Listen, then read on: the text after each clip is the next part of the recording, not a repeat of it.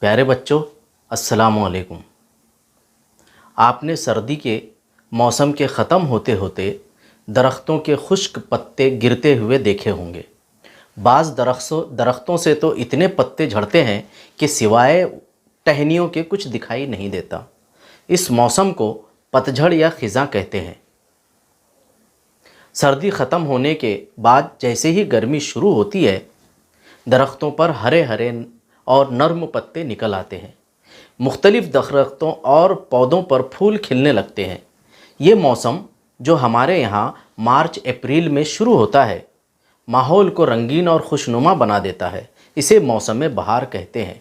بہار کے اس موسم میں اگر بوندا باندی ہو تو مٹی مہکنے لگتی ہے اور جنگلوں اور باغوں کا منظر سہانا ہو جاتا ہے۔ ابر بہار اس نظم میں بہار کے اسی موسم کی خوبصورت منظر کشی کی گئی ہے۔